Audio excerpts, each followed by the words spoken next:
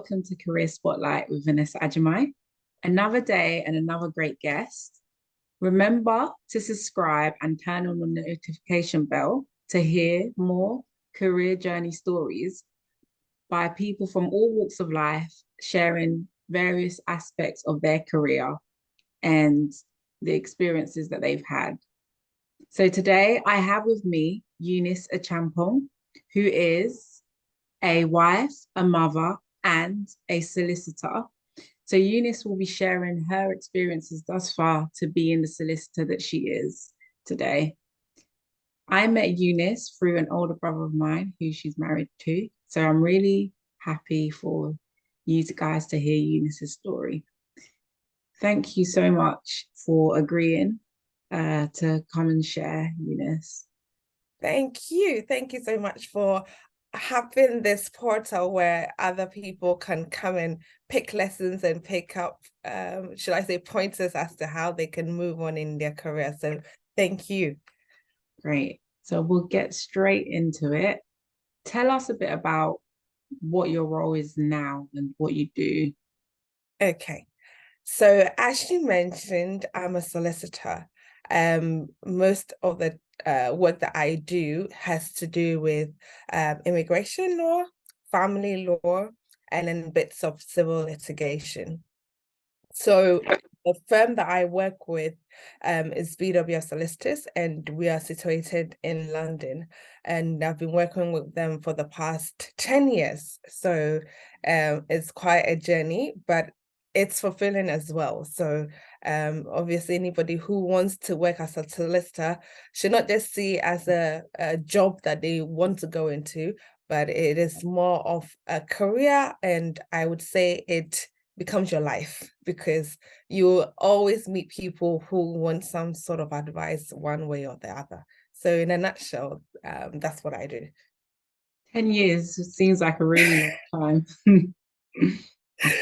It is a long time. A lot of people do say, goodness me, I've never Yeah. stayed in a job for that long ever. And I say to myself, no, it's not a job to me. So if it was just a job, then yes, I can imagine skipping from one place to the other, but not Yeah. with the legal profession. And most doctors would even stay in their practice for as long as they are needed there. So yes, with professional jobs, you don't tend to move as often. Yeah. Cool. So did you always know that you wanted to be go into law? Well, I think for me, I did when I was in my teens. Um, Most people, when they're growing up, you're asked, what do you want to become? So you have these questions. And I remember when I was very little and I was asked this question, I said, oh, I wanted to be a teacher because my mom was a teacher. And I was like, oh, yes, I want to be a teacher. I want to go into teaching, because that was the only thing that I could think of. And as I grew up, I started to um, get drawn towards law. I don't particularly know why, but it was just a decision and desire within me. And so my dad wondered why I wanted to do law. And I said, I just have this inclination to do law. And at the time, I had decided Tony Blair was the prime minister at the time. And I did a bit of background search into him. And I found out that he actually did law before he came into politics. And I said, this is a charismatic man. And if he has done law and he's been to the place that he is now, then I'm sure I can really help people in whichever way I'm called if I do law. So I decided very well into my teens, even before I did my GCSEs, that I wanted to do law, but I didn't know how I was going to get around doing it. But step by step, obviously, I took different career decisions in terms of what I wanted to do at school and what I had to do in terms of getting into that rhythm of knowing that I was somebody who wanted to do law. So I did some work experience. I asked questions here and there. and yeah, did a few bits and bobs before I made this journey of becoming a lawyer, basically. Yeah, it's interesting that you were able to identify what you wanted to do. So how did that kind of inform your decision making in your early years of education?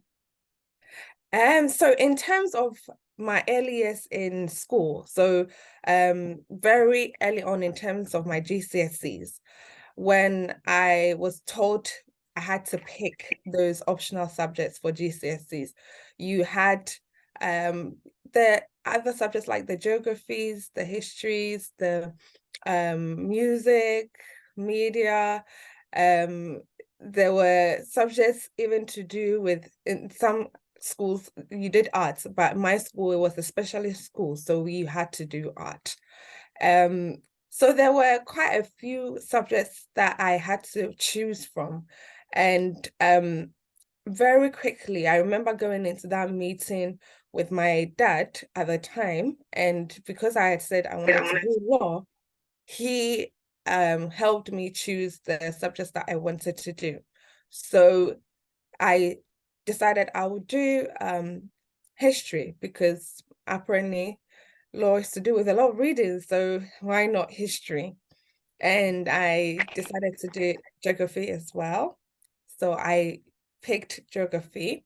And then my dad was like, why not drama? Because you've chosen all these arty subjects, so you might as well go for drama. And so I chose to do drama, including the normal math, science, and English. And then RE was compulsory at the time as well. So we did RE and art as GCSE subjects. So very quickly I learned that drama boosted my confidence, because I was a very shy person. I was very inward. I'm trying to find the word to express it, but yes, I wasn't very outgoing. I was not a kind of person that would usually say, yes, I was a talkative and I would engage anybody anywhere. But through drama, I became more outspoken, I became more confident, and it helped me realize that you don't have to always be shy of the audience that is in front of you, as long as you're focused on what you're doing and what the role is about. Yes, you shouldn't ever look to the audience in terms of getting some form of approval. Once you know that you've got what you're doing and you are delivering what you have to do, you go for it and you give it all you have. So that was my GCSE stage, or those were my GCSE days. And when it comes to my A levels, I chose to do psychology. I did a bit of English literature, and then I did politics, and then sociology. And then I ended up doing law as A level as well. But I, at some point, did not want to do psychology. I think once I chose it, it wasn't for me, and I decided to drop that one off. And then English literature was also another one that I felt wasn't something that I was interested in. So English literature is different from English language. So English literature had to do more with reading English text Mm. from previous days. They were not modern books at all. So I realized that it wasn't something that I was interested in. So I dropped that one off at a certain point. And then I stuck with media and sociology, sorry, and politics and law. And so I did those for my A levels, because when you're in, I mean, your first year, which is year 12, you can drop off whichever subjects that you don't want to do anymore. I don't know how it is now, but I'm sure it's quite different from when I was back in school. Because when I was back in school, you had to do your A2, and then you had to do the A levels. So now I hear you do everything together in year 13. So yes, I think, for yeah, us, from an examination yeah, perspective, yeah. yeah. So I was lucky, or shall I say, blessed enough to drop off some subjects that I didn't want to do. After I realized that they were not for me, I was able to drop them off and then stuck with the ones that I was really interested in. So those were my A-level days. And then going on to university, because I knew that law was for me, and I did very well in it while studying at A level. So I decided I was going to do law. And as excited as I was, there were other young people my age and some even older than I was who were excited to do law. But come what may, I entered into year 3, and most of the people that I started year 1 with were not there. So you have a full conference hall, or should I say lecture hall. And then by the time year 3 came, you had only 4 or 5 roles that were coming for lectures. That's how deep it was. And so a lot of the people that I started off with did not complete the course. And it goes to show how, should I say, very intense the course is. So if you are not persistent and consistent, you will definitely fall away very quickly. So I learned very early on that you had to be committed to the course. If you are not committed, you will definitely lose some hope along the way. So being passionate and being consistent definitely helps in terms of that. And it was something that I had to consistently do.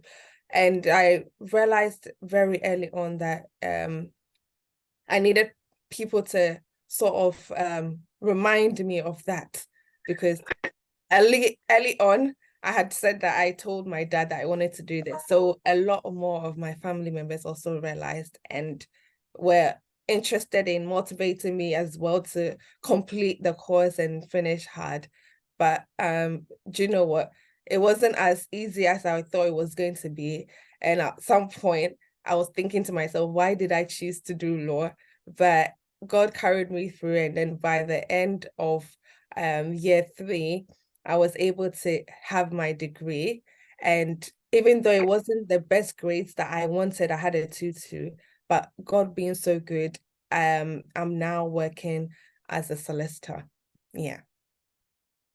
Great. So can can a lawyer and a solicitor, can the terms be used interchangeably? Um, Most of the time I would say yes. So a lawyer is anybody who is a legal practitioner. So a barrister could be a lawyer, somebody working in a court as a clerk could be a lawyer.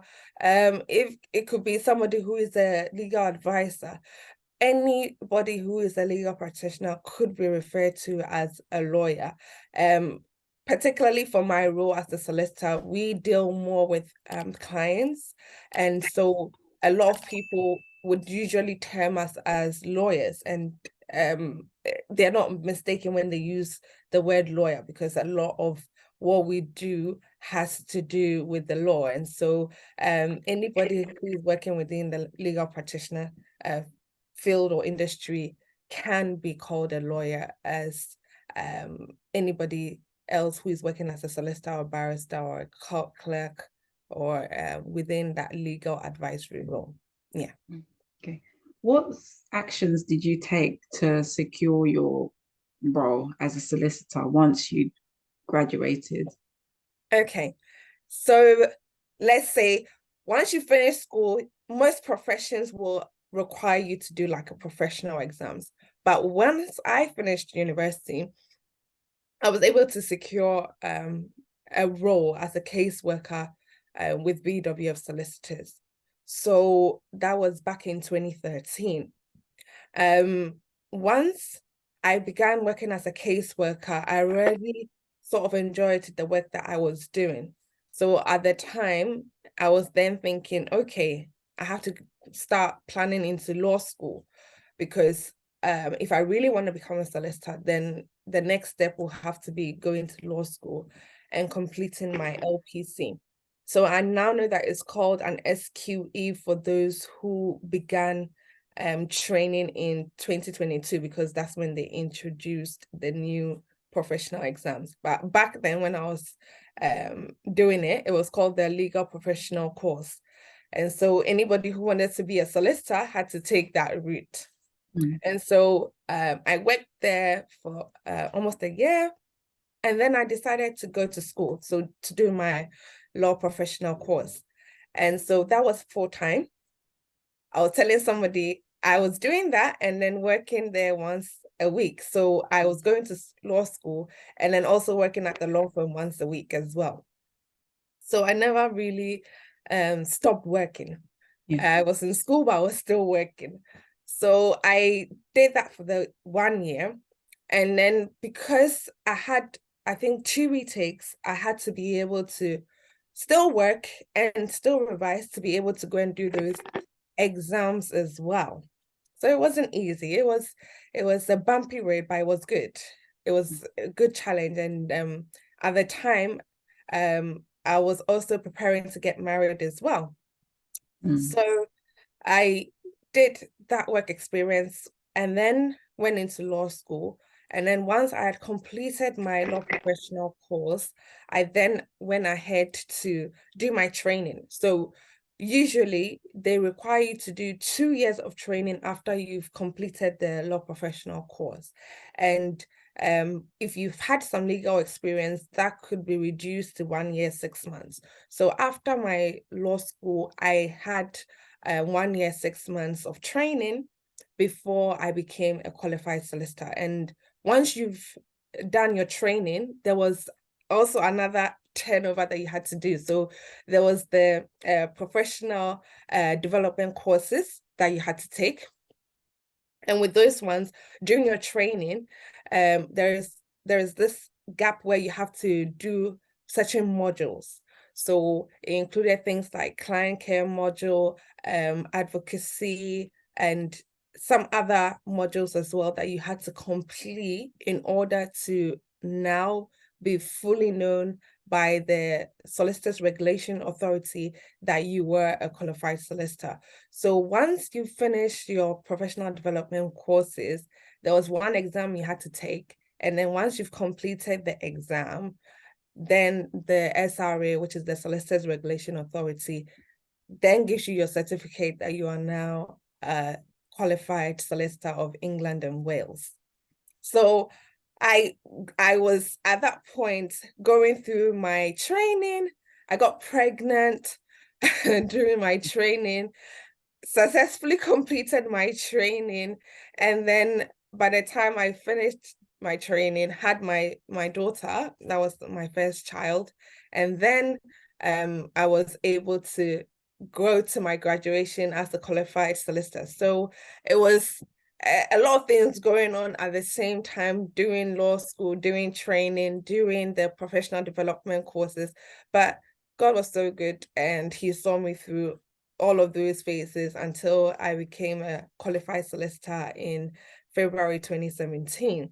So it was a journey, but I know that, of course, the journey may be a bit different now for those who are going to be doing the SQEs, because you don't necessarily have to have a law degree, but they advise that you do an equivalent diploma in law so that you get abreast with what is going on in terms of law before you do the SQE. And I hear with that, you don't necessarily have to do law school, a whole year of law school like I did. You go for a few lessons and then you can do the exams, and then the practical side of the course has to do with your work experience within different law firms. And I think you have to have a qualified 2-year work experience to be able to do the SQE. So the journey might be a bit different for some people, but that was my journey when I was doing it. Yeah. That's nice. In a previous interview with a doctor, he discussed how he'd kind of done a forward look about thinking about family life, and in terms of when he was picking his area of specialism, did did you kind of also have that forward look and think about how you were going to navigate obviously this kind of challenging route that you're Yeah, passionate about and how you're going to balance that in the future? in the future. Okay, so with me, because I sort of started off before I got married. So I started working with a law firm very early on after I had finished university. So I finished university in 2022 and I mean 2012, and I started working with BWF Solicitors in 2013. So the areas of law that they practiced were the areas that I sat at and obviously practiced in.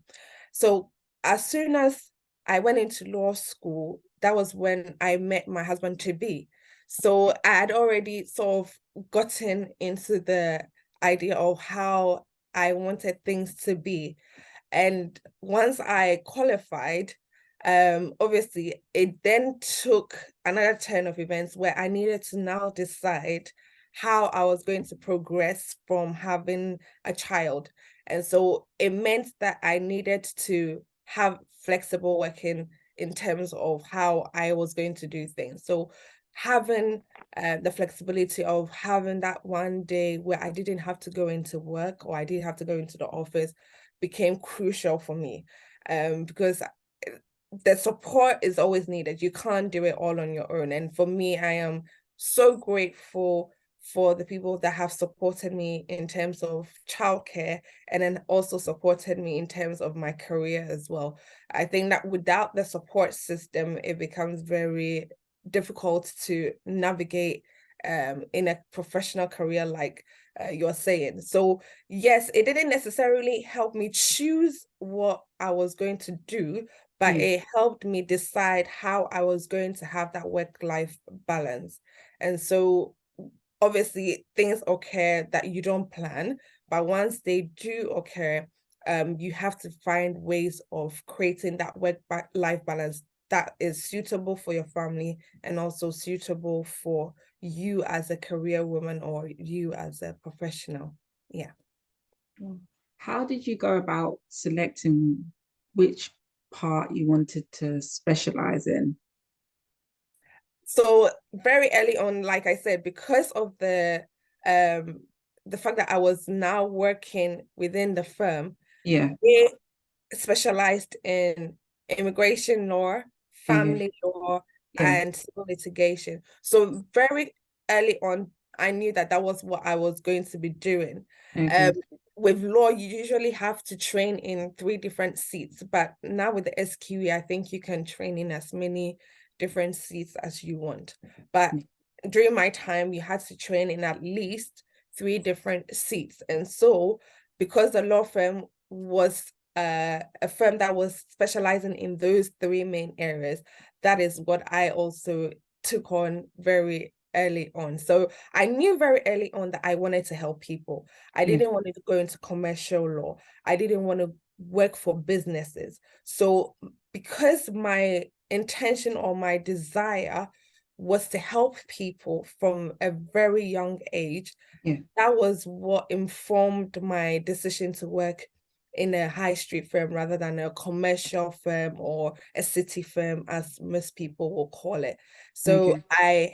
I had that inclination to work with people and to help people. Yeah. Can you provide a bit more detail in terms of what's different between like a commercial one, a high Mm. street firm, etc.? Okay, so most people who are in the legal field would know somebody who works in the city. So usually we say city firms. So those ones are usually commercial firms that deal more with businesses and they deal more with contracts and acquisitions. So buying of businesses and obviously purchasing businesses as well and other commodities. So most city firms or commercial firms deal more with businesses and not individual clients, whereas those on the high streets will deal more with individuals. So our firm, we deal more with individual clients and these are known as private clients. There are some firms that deal with private clients or individuals, and they also deal with legal aid. So legal aid will be a firm that works with individuals where the government have said that because the individual is dealing with an issue where the government can support, they will give the firm payment for that person's services that were rendered to them. So our firm, unfortunately, doesn't deal with legal aid, but we deal more with private clients who pay their fees to us as a firm, and we don't take any monies from the government whatsoever. So most high street firms will either do private client or they will do private client and legal aid. And most high street firms will deal with clients in terms of family law, in terms of employment law, in terms of immigration, in terms of criminal law, all those areas that deal with individuals. High street firms usually deal with clients in those areas. So a lot of legal work is done by high street firms, basically. Okay. Yeah. What does a day in the life of your role as a solicitor look like? Yes, that is a lot because it can change at any point in time. Yeah. And I always say that if you haven't got the heart for people, don't go into an area like law, because a lot of people think it's just reading, and it's not just about reading. Or people might think that law has to do with just knowing the law and applying the law, and that is that. Yes, I'm not saying those things are not true. Yes, you should have attention to detail. You should have a passion for reading. You should be able to articulate whatever you want to come across. But you are dealing with people and you are providing a service to people. So if first and foremost you don't have a heart for people, unfortunately, you may not last long, because people will not want to deal with other people who are not approachable or who do not have any form of human relations whatsoever. So you have to have a heart for people in terms of having that passion. So as much as you have a passion for the law, you should also have a passion to help others and to be able to deal with people. So in my day, it could be that I might be dealing with an appeal file. So appeals are usually cases that have been taken on by the court because the client has been refused either an application or a claim that they have made. And because of that, they've had to appeal to the tribunals for their case to be heard. And so if, for instance, there's a case I have on Monday, that's a family case, and the parent is fighting to have custody of his child. So he wants child arrangement with his children because the other party has prevented him from seeing his children. So something like that, if the hearing is to go on for the whole day, usually it would mean that I will be physically present at the court for the whole day. And if I have clients who want to come and see me, I would have to reschedule them because the case is going to go on for a whole day. And in cases like that, once it's a whole day hearing, they will put on the notice, which is the notice of hearing that the court will send out to all the parties, that the hearing is a whole day hearing or it's a final hearing, and therefore this is how long it will take. If I wasn't having a hearing or an appeal case on the day, some hearings can be by video link. So when it's via video link, you can just log in and then have the hearing done, and then once it's completed, you can get on with other work. So most of the time, if you're meeting clients, then fair enough, you meet them and then the work has to be done. So if I have files that need to be worked on, then I have people that will support me in getting certain tasks done. But most of the nitty-gritty stuff has to be done by myself. And so I have to be able to get a lot of it done. Sometimes it may call for late nights, and it might not be pleasant for my husband and the kids as well. So I thank God for my mom and my dad. They are my supportive network when it comes to childcare. So they help me a ton, so that when my husband finishes work, he can also go and pick the children up. And the days that I am not working, which is the Friday, Saturday, Sunday, at least I get to spend more time with the children. It may be that I have to take in some calls. Like I said, with this work, you have to have a heart for people. So there's nothing like I've gone to work and so there's no work call. You get calls 7 days of the week. I try not to make it 24/7. So I try and put boundaries in terms of the kind of calls that I take. So it might not be that I would take calls after 10. It might be that I would just text or message, and that would be the best way to proceed after that. Because unfortunately, people will not we don't go by your boundaries unless you create boundaries. So if somebody is calling you at 2 or 4 a.m. in the morning and you haven't created boundaries and you're taking those calls at the time, then they think, well, it's best that I call you at that time because that is when I am available. But you have to let them know what your boundaries are. And in terms of our job as solicitors, we have to look to the best interest of the clients. And so if it's urgent, then of course they'll have to communicate that so that you can work with them on that. A lot of the things that we do will be on those principles of meeting that client's best interest. So we try as much as possible to make sure that we are meeting their interests and also having that support network in terms of how we deliver their outcome. Because at the end of the day, we are problem solvers. We have to be there to help them solve their problems and then help them deal with their issues as best as we can. Yeah. So how do you balance the emotional aspects of your role? And Yeah, that's a tough one. That's a tough one because some people unfortunately may sideline with other things. Like people do take antidepressants, people drink. So I don't know what it is that people know about solicitors, but most of the time I feel like even if they're coming to give you a gift, they will bring you alcohol. So so I know that people sort of drink to be sober-minded. People sometimes take antidepressants. There are people that do other things just to just stay sober and to remain calm-minded.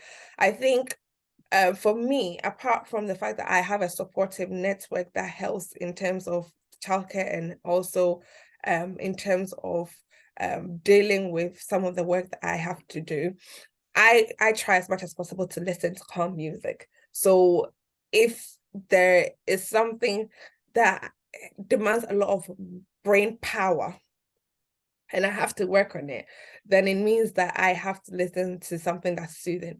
And a lot of the time, you will need someone to talk to. I think it's important. I think a lot of the work that we do, because it's draining, like you said, emotionally draining, we also need people that we can talk to, because at the end of the day, if I am not well and I'm not able to perform my task, that means that somebody else has to be put in my place to perform the same task that I will be doing.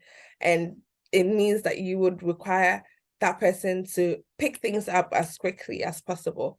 So having a good, healthy mindset is key. And so I like to listen to music, but I also like to talk things out, because at the end of the day, it's very crucial to discuss these things and to be open about them. So yes, I like to open up and talk about them when I have the chance to, because otherwise you will, I think, become very depressed and you will result in getting antidepressants and drinking and the rest of it. And so to prevent that from happening, it's good to also talk it out. And some of my colleagues like to exercise, so they hit the gym and then they let off some of the steam by going to the gym. But I'm not really a gym person. I like to sort things out instead. Yeah. What do you enjoy most about your role?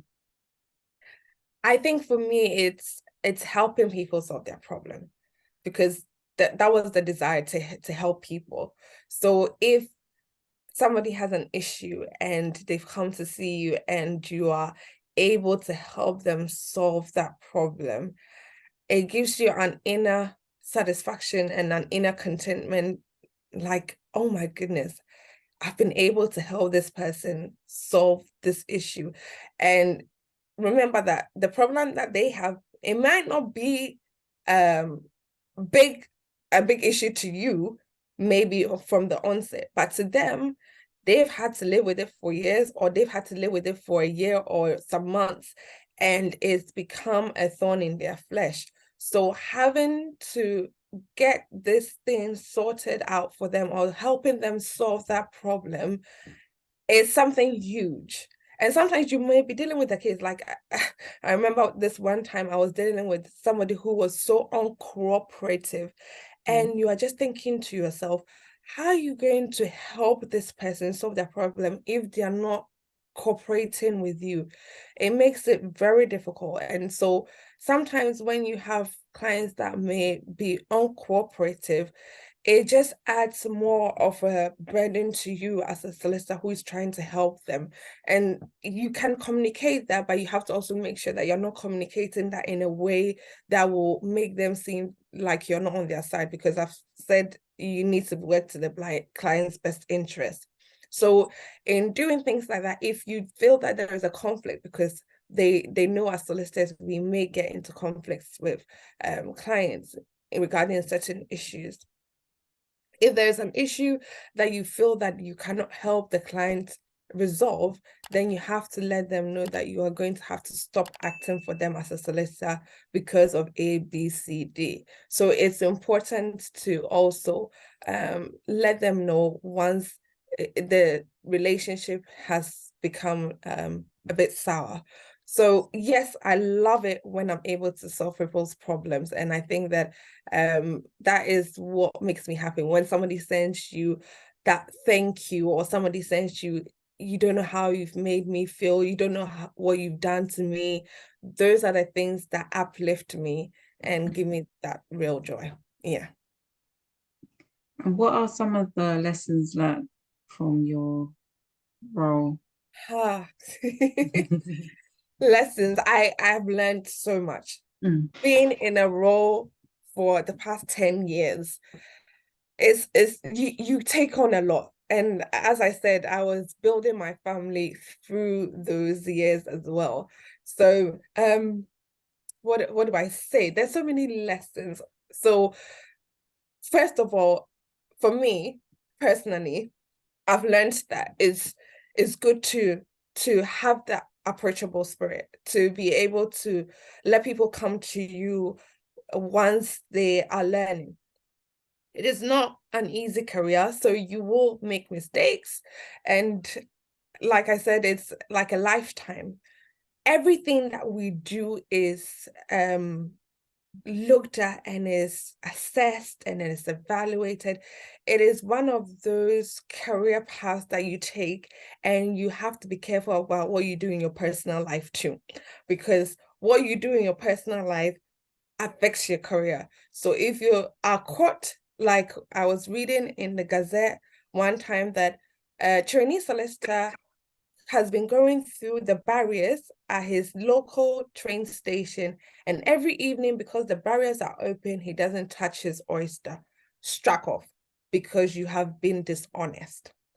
Just because you did not keep touching your oyster when you should have, that is reason for them to think that you are a dishonest person. You have no integrity whatsoever. You will definitely not uphold the rule of law, so you cannot be a solicitor. So every facet of your personal life comes into play when you say you want to be a professional solicitor. And that is why every year you have to update, or you have to go back to the SRA for your certificate to be upgraded.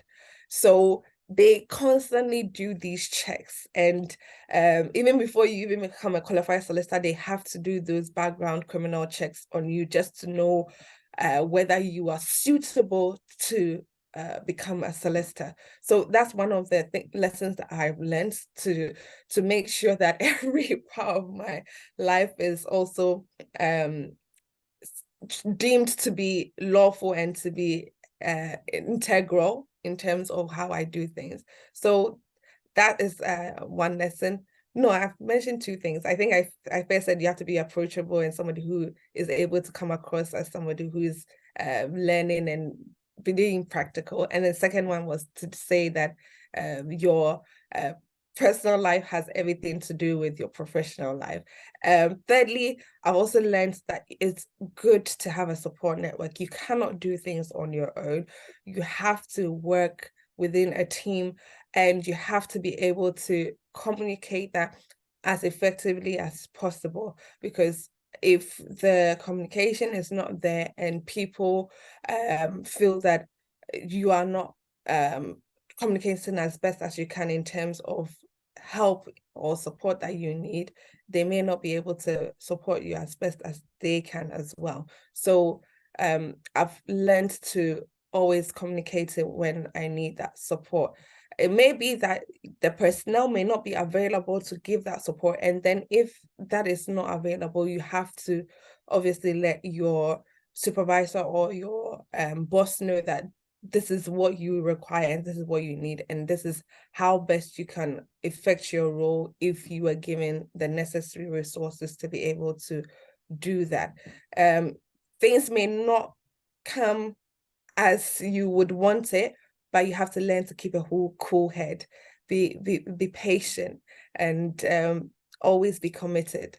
Otherwise, you may lose focus and you might jump ship. But as long as you stay committed and you let that passion drive you through, you will have that longevity when it comes to your career as well. Dealing with issues are not easy. Looking at the negative sides are not easy, but always work to your strengths. Always work to your strengths. Your strengths will be the things that will push you forward to keep going. If you look at the negatives, there may be a lot of them, but if you keep to your strengths and you remain positive, you will definitely be that person that you want to end up being once you look back on your career and say, yes, okay, I did it. I didn't give up. I maintained a good ground and I kept moving. So I've learned a lot of lessons during my 10 years practicing as a caseworker and then as a solicitor as well. That's nice, thank you. What would be your advice for someone that's half in, half out, considering a career within law, but is unsure?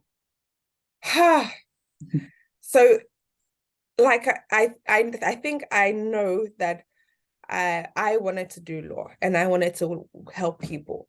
But there are some people that may not be like me. They may not know how it is that they want to do law. So some people may have a push from their parents. I'd never had any push from my parents to go into any professional job whatsoever. Some people may want to do it because they know they're going to earn a lot of money. So it depends on your motivation, what sort of took you into law in the first place. Some people want to do it for the reputation because I'm a lawyer. Well, that will not make you stay in the career if you are doing it for those reasons, which may to somebody else may seem like selfish reasons, to put it very lightly. But I think that if you have something that motivates you beyond yourself, then you would want to do law. So if you are saying you are doing law and you're not so sure why you want to do law, I would say go back to the drawing board, put pen to paper, ask yourself, what gives me a kick, or what makes me passionate about law? Am I even passionate about it in the first place? If I'm not, then why am I doing it? Do I need to be able to communicate to other people to be able to find out what my interests are? Do that. Do I need to do some work experience to be able to find out if this is really an area that I want to get into? Do that. Do I need to actually go into some careers workshops and careers advisors to be able to determine what I really want to do? Do that. I think that all those things coming together will help you decide how best you want to be able to go into your career path. So not necessarily just for law, but in whatever career path that you may be thinking of going into. If you don't necessarily have a passion for it, you need to ask yourself why you are going to do that in the first place. So it may be that you don't have a passion for it, but then because you have an interest in people, or maybe because you have an interest in doing things to help enforce the law, then you might want to think, okay, I'm more interested in the enforcement side of the law. So I don't want to be a lawyer who works in a law firm. I want to go into the police system. So I'm going to go more into that side of things, and then that will work better for me. Or I want to be able to write the law because I'm very academically minded. So if that is your area, then of course you might want to go into the government legal department. They draft the laws that we see. And so it depends on what your interests are. It depends on what your motivation is. It depends on what your strengths and your weaknesses are. So it might be that you have to go back to the drawing board, speak to people, go to workshops, have some work experience done, and then you might be able to come back to a settled ground as to what you really want to do. Don't take things by chance. Do it as you would want it done later on in the future. So I always say to young people that nothing happens by chance. You have to make certain decisions to get to where you want to get to. If you don't make the right decisions, you will end up being somewhere you don't want to be at. So make the right decisions from now, and that will help you determine your future later on. Yeah. Great. What is your idea of success?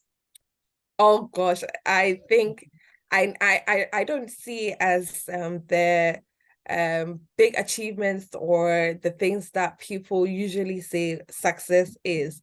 I think for me, even being a solicitor in itself is what I would say has helped me stay calm and humble. So I see in the everyday mundane things that people may not recognize. So going into work, helping somebody out, doing the things that people may not necessarily call what you call it, successful. Being able to come home to help my children with their homework is the everyday mundane things that give me the joy and that put contentment in my heart. So those are the things that I would term as success, and not the achievements, not the many accolades that one would get, not anything to do with fame, just the everyday mundane things. And as long as those things bring you true joy and contentment, I think that that is success, because life itself is a journey. We never reach the episode of where we want to get to, but we always have to enjoy those moments when they come. So yes, success for me is in the everyday mundane things that we do. Great. Thank you so much for coming to share, Eunice. Do you have any final words, anything else that you want to add? Also, how people can contact or reach you? Okay, yes. So yes, to young people out there, I would say that, as I was saying, please plan and please don't leave anything to chance. Always try as much as possible to seek advice, as much as you can. And if you have an area of law that interests you, you can reach out to me as well. There are times that people will reach out to me and say, oh, I'm interested in doing law. I want to know how you got to where you got to, but I also want some experience. And so for those in secondary school or at university who want to come and have some work experience, we at BWF Solicitors, we are situated in London. Our address is the 4th floor of Anna House, 214-218 Tottenham High Road. We're in London, as I said, and our postcode is N154NP. So N154NP. And our contact number is 0208 493 7340. So 0208 493 7340. And I can also give you my email address, which is eacheampong, so EACHEAMPONG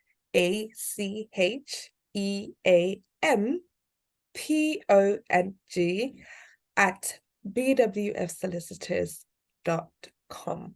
So yes, if you want to reach out and you want to have a chat, or you are interested in coming for work experience, do give me a call or do contact me, and then I will show you how we can obviously set you up to do some work experience or get to where you want to get to. So yes, thank you so much, Vanessa. It's been great having this program. I think this is something that I would introduce to a lot of young people that I know. So thank you. And thank you as well.